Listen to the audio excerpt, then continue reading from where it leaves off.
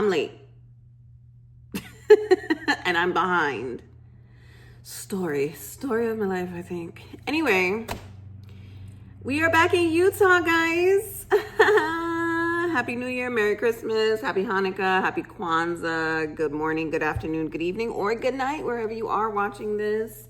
Hopefully you are subscribed and liking the video. And let's get into the rant and raving review of these ladies in Salt Lake City. I am behind, I know, I'm sorry.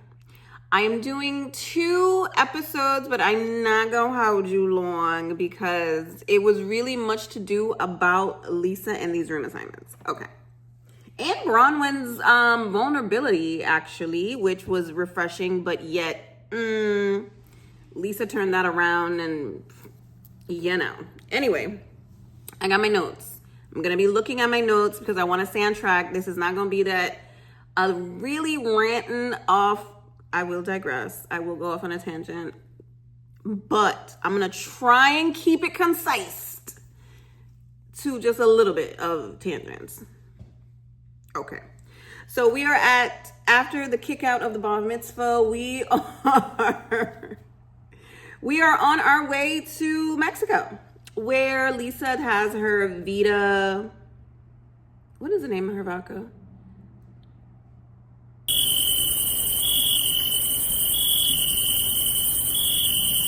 Vida Loca? I don't know, whatever.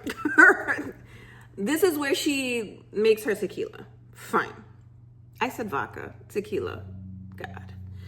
So again, so they are going to Mexico. Now, Bronwyn bringing a gift. From what I've seen on TV, because again, we don't know these people, I think that's her personality. I think she would bring a gift. Her bringing a gift, I don't think she wanted to one-up Lisa. But did she do it in the intention to one-up Lisa? No. But if it did one-up Lisa, she didn't mind. If it did give Bronwyn a good, halo for her being an angel and bringing gifts, fine. I think Bronwyn didn't care either way. I think she was going to bring that gift, and if Lisa didn't like it, she didn't care. If it one-up Lisa, she didn't care. Whatever, right? We're going to go back to the bat mitzvah, though. No one slut-shamed Brittany. No one slut-shamed her. What really happened is that Bronwyn was upset with Lisa. Lisa was not really giving her the time of day. She went over to the non-cool group, and she was over there for a hot second, and then she realized, I don't like Brittany, really. But I'm going to stay over here with Brittany and, oh my God, Heather's cousin. What is her name? She's so annoying. I can't even remember her name. Whitney. Jesus. So she was over there at the table with Whitney and it's been a long break, guys. And I promise you, I don't really drink like that. I don't know why I can't remember these ladies' names. So it's Whitney, Brittany, and Angie, right? Well, no, Angie wasn't there yet. She came late. Whoever else was over there at that table. Damn it. Anyway, so she was at the table and she was listening to Brittany because, her and Lisa were at odds again. And that's when Brittany was like, oh, Angie this, oh, Angie that. She's talking about me and my hair. She's the one that's a slut, right? Bronwyn was like, gave you 5 seconds. I really don't care for you. I'm going to go tell Angie. And that's how all of this transpired. Angie did not start it. She finished it, but no one was slut shamed. No, I mean, Angie is mean. Like and she was talking to her husband about being kicked out of the bar mitzvah. She said, either was a confessional or was she was talking to her husband. She said, I guess she doesn't even really have that many friends. For her to kick me out. Heather's plastic surgeon was there. So there's that. That was mean, but hilarious though. Because is that your plastic surgeon or was that Heather's +1? We don't know. I just feel like this whole slut shaming thing that this hill that Meredith wants to like live on or rent on is kind of like, you just don't like Angie. Again, I did not watch the previous season. I only watched like a couple of episodes of the first season. I'm 4 years behind. That's fine, because I can catch up. I'm gonna practice a little more, their names, and then I'm gonna come and give it to you, because Meredith and her family are not a real thing. Like, they're just characters. Like, all of them, they all have that little thing. I don't want to call it that other family that became famous for being famous after Paris and Nicole. Like, they're literally them. Her son, her daughter, and her. Seth, I got his name right this time. Seth is the only lightweight real one in the family. Like, them sitting at the breakfast or at the bar, not eating or maybe drinking coffee, I don't know. But it was kind of like, oh my God, yeah, like, I don't even use characters. Like, if she was a real friend, like, this is what they're arguing about. If she was a real friend, she would know not to get me anything with sulfate in it because I have keratin in my hair. Like, this is... And then another hill that she's gonna stand on and rent is that she was like, oh my God, it's not real life. It's not real life. She was like, and then you're gonna shame me for my disability? Oh God. Now, Angie was using Meredith, but she, okay. I'm gonna give Meredith some grace. Angie should have never brought up that woman's hearing aids, right? However, she wasn't using the hearing aids to weaponize Meredith. She was using Meredith as a weapon. As a weapon to Bronwyn. Meredith seems like Meredith and Lisa just seems as though, and you see it across the board with the OG housewives. They just seem to find fault with everything and pick and choose what they want to be mad at. And it's like the silliest things. It is the silliest things. You're mad because she brought up your hearing aid. You're mad because she slut shamed Brittany. You don't even like Brittany like that. Like, be for real. Meredith, you're literally there. Maybe you're trying to step back because you did a whole bunch last season, I heard. I mean, you was talking about Sean and how people were saying that he was not straight or he was bi or whatever. I don't know. But it seems like you won a lot of mess last season, Meredith, and you're trying to just like, hold back a little bit and just stay in your corner. But whatever it is that's triggering you about Angie, it's not Angie. I'm going to leave that there. So now as we talk about Angie, she is not going to get left unscathed. Angie is an attention seeker. Like, you did not have to tell that girl. Brittany she's not going to come out unscathed either. But you telling that girl that she had pornography hair and you're dressed like that and blah, blah, blah, blah, blah. That was mean. Maybe that was a little bit of slut shaming. Hell, maybe, I don't know. But they claimed that she slut shamed her before she even did all of that. Anyway, so she really did it when she said she had corn hair and she had corn outfit and blah, blah, blah, which was very mean, by the way. It was funny in the moment, but I think Brittany don't take herself too serious. I don't think she was just, I think she was like, what? I spent 10 hours on this out. Like, that's how her face looked. But Angie telling her that with her boobs out, like almost seeing her nip, was really kettle black. How hot is the coffee? You know what I'm saying? It was ridiculous. It was ridiculous. Now, Brittany is a hypocrite of all hypocrites. You are mad at Angie because she calls you out on your BS. You drink, you fornicate, and you can't do any of those things if you're not married. First of all, you can't even drink at all whatsoever. And you can't fornicate if you're not married whatsoever. And you having 3 boyfriends, not saying that you are sleeping with any of them. If you are, that is your prerogative, babes. Do you? We don't care. But to be mad at Angie about calling you out on your BS is wild to me. Why would you do that? You're coming to meet my blah, blah, blah, blah, blah. You're coming to a Bible study. Why are you bringing wine? Now, if Angie was being messy, bad on Angie. You know what I'm saying? Because she was trying to be messy. It was filmed. So, again, like I said, Angie is an attention seeker. So, there's that. Now we are going to step away from the mess and get to some reality. Angie is an attention seeker. However, I think Angie is a great friend.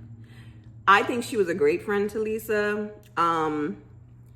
Her talking to Lisa at the dinner table in Mexico, what she said about you don't go deep. I feel like, why would you, in that sense, like, why would Angie say you don't go deep? You said that you guys would be on the phone all the time, every day.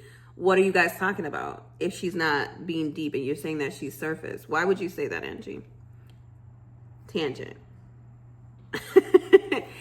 I think that Angie can be a great friend to Lisa. I think she was a good friend to Lisa. I brought that up as like, why is she saying that at the dinner table when you are trying to be her friend and you guys were on the phone for forever, every day? So you claim, the both of you claim. What I'm trying to say is that Angie and Mary, the way that Angie rides for Mary, or not even rides for Mary, the way that she supports Mary in regards to Robert Jr. is excellent to see. It is excellent to see. I love to see real friendships, or even, are they going to be friends forever? Who knows? But I just love to see women support women on these shows, at least a pair, maybe 2 pairs.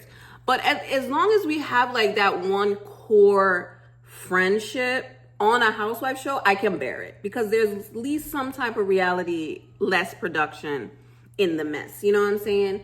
And the fact that Mary can go to Angie and bare her soul and tell Angie, I only want you to know, and Angie not say anything, speaks volumes.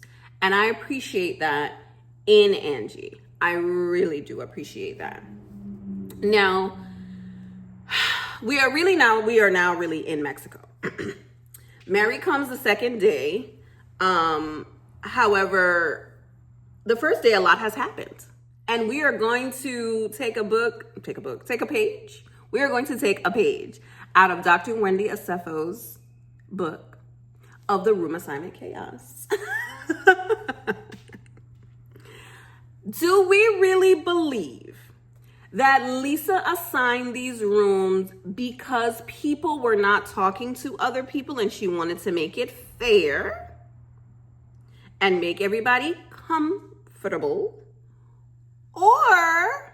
Or was she just wanting to not deal with whoever she put in the other villa? Mind you, the villas are right next to each other. They're not on the other side of the resort. They're not on another floor or another building. They're right next to each other. And I find it very, very strange that Lisa would be considerate of these ladies. I think she was punishing Bronwyn. I think that she was...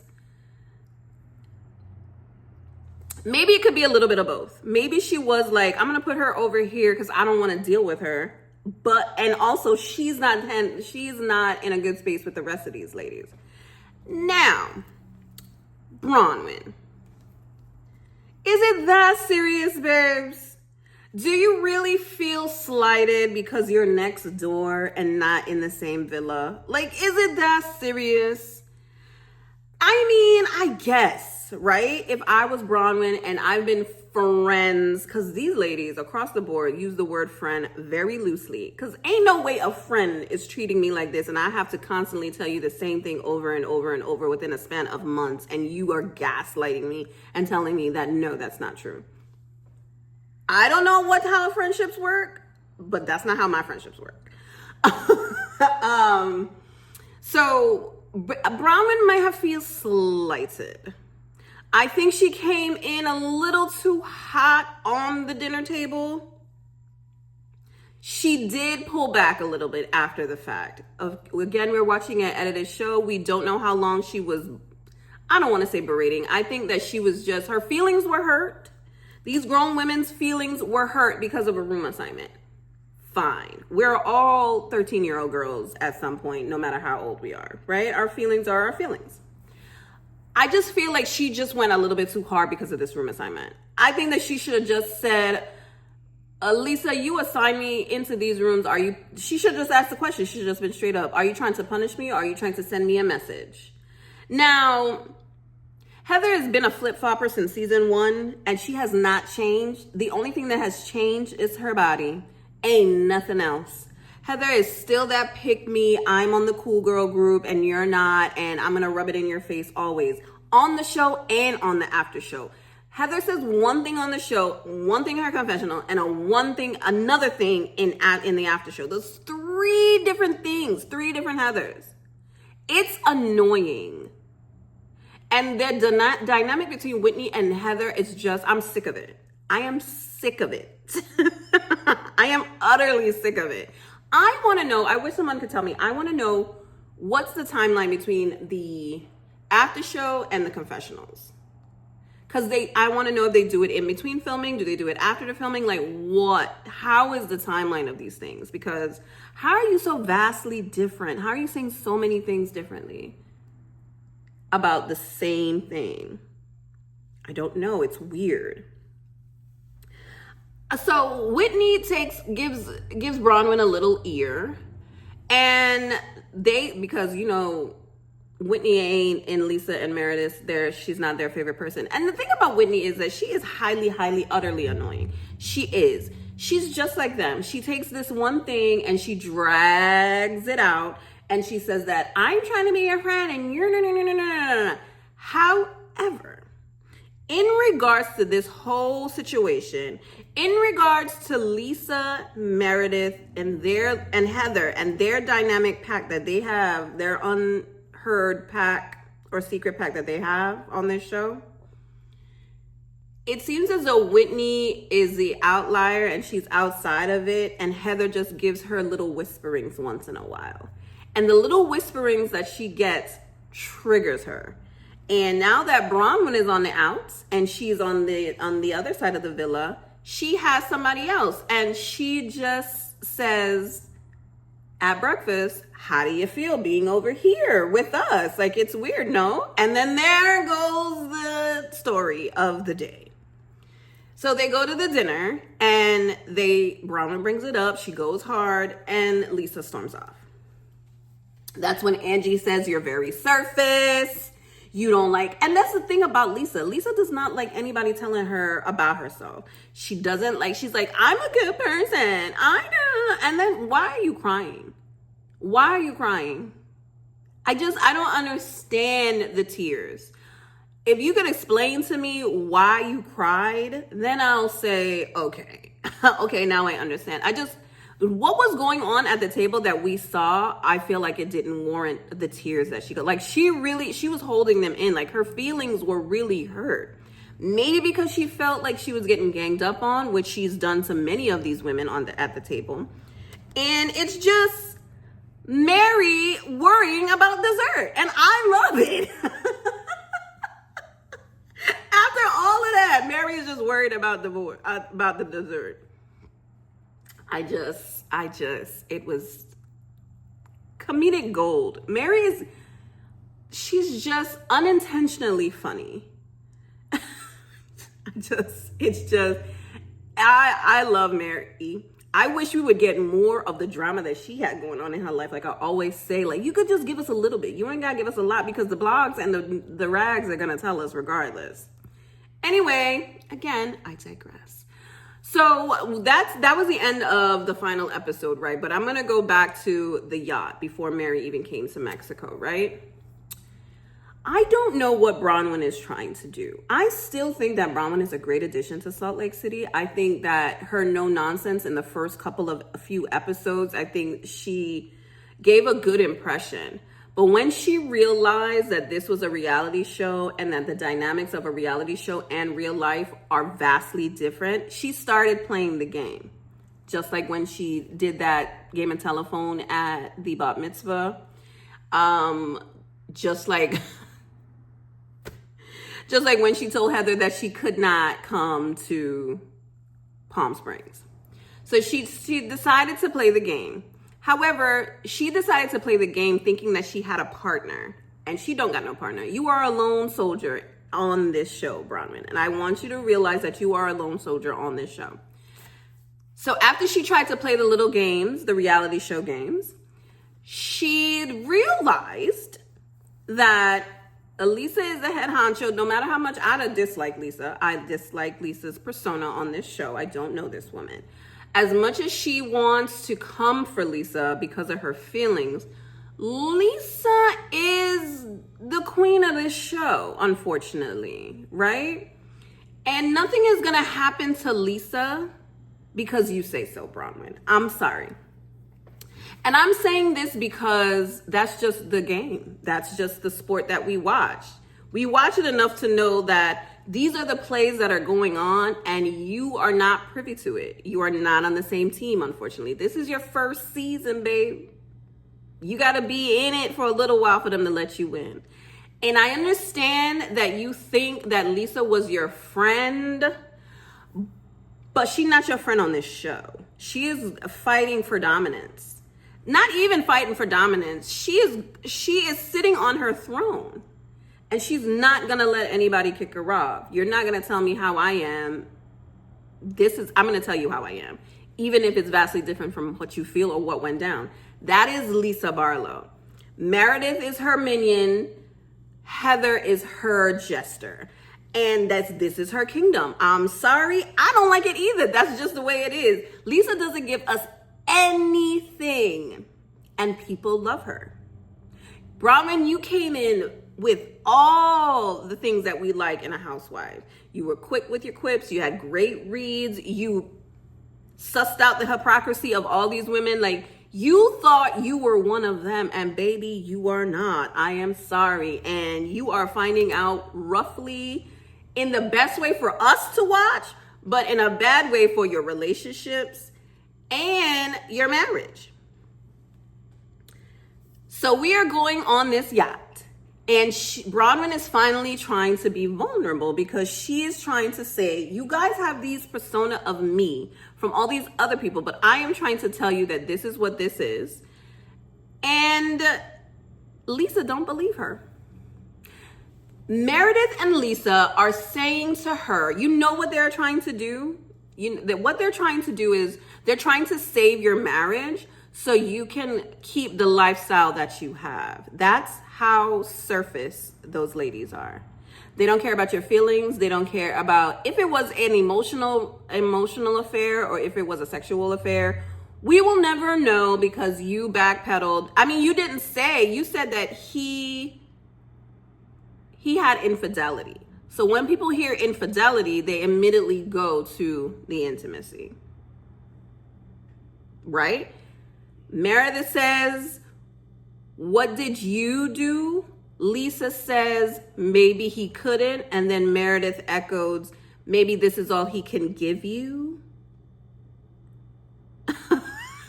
I'm floored. And this is where I think about Heather in this moment. She's supporting Bronwyn.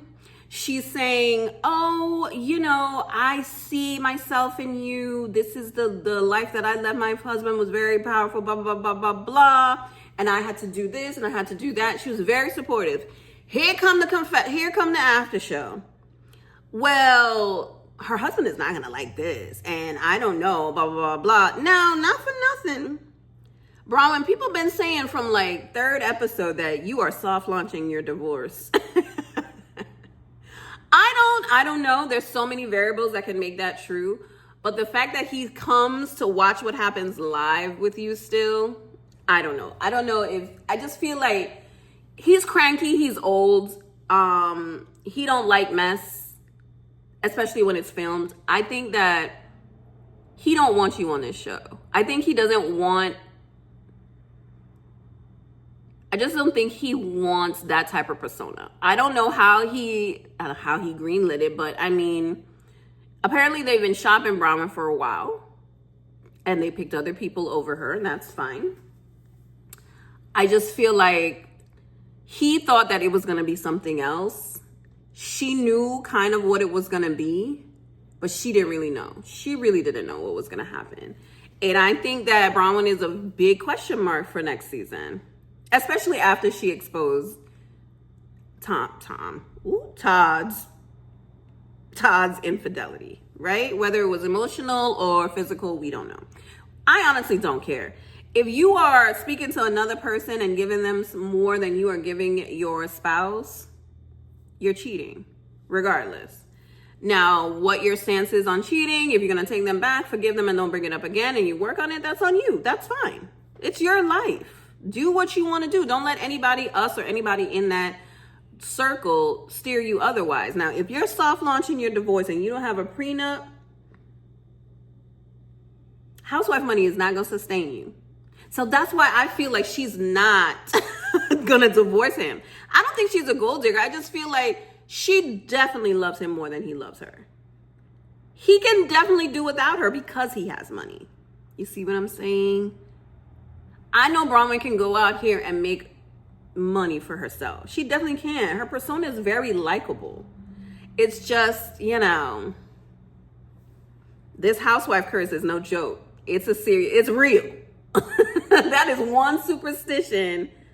And that's so crazy. The only person that has not got the curse is goddamn Lisa Rinna. Ain't that crazy? And she is horrid. Anyway, good for her. Good for Harry Hamlin and his sauce. Everybody have talked about this man's sauce. I want to have it too. Because I use jar sauce. Maybe he should come out with like a spaghetti recipe book, like an Italian recipe book. Get on that, Rinna. Get on that. Anyway, I digress. We are now complete. Do you think Bronwyn is going to come back next season? Do you think Lisa is going to be nice? Do you think Meredith is ever going to give us anything real on this show? We all need to clap our hands for Mary and her vulnerability for this season, and Robert Jr., mind you. And if that is true, this little, I don't know if it's a blind item. I don't know if it's a, I don't know what it would be, but I heard, because I haven't read it anywhere, that Lisa and or Meredith called Robert Jr., I don't want to say it's a slur. They called him a slang for people that use narcotics. And then Mary called Lisa's son the R word. And I think that the both of them are trash for that. Leave the kids out of it. Leave the kids out of it. What spawned this? No one knows. I finally researched something. I couldn't find nothing. I couldn't find it. I'm just saying whatever transpired, that probably was filmed and cut out. And then I saw that Mary said that didn't happen. So there you go. Whitney is definitely holding her own this season. She's not coming out like a chihuahua. Like, she's not doing that. Not this season. She's definitely holding her own with Lisa and Meredith. I love how calm she is when she's talking to them, because why are you hollering? Brittany, child, the way that you try to insinuate that Meredith was gagging in the bathroom, wild. Great housewife though. Great friend of situation. But I knew it's Wednesday and I knew it was her. I knew from the time they got to Mexico and how she was acting and how she was trying to put that on Meredith, I knew it was her. Vindication does feel good sometimes. Anyway, that is it for me, guys. Tell me what you think. Tell me how you feel about Bronwyn and her initial season, man. She really thought that she was gonna come in and be with the cool girls, and they are definitely hazing her in this situation. We are not gonna talk about Heather because and Whitney, I agree. It did look like a Vita commercial at that dinner party. It really did. Anyways, guys, like, comment, subscribe, and I'm gonna see you guys in the next one. Bye.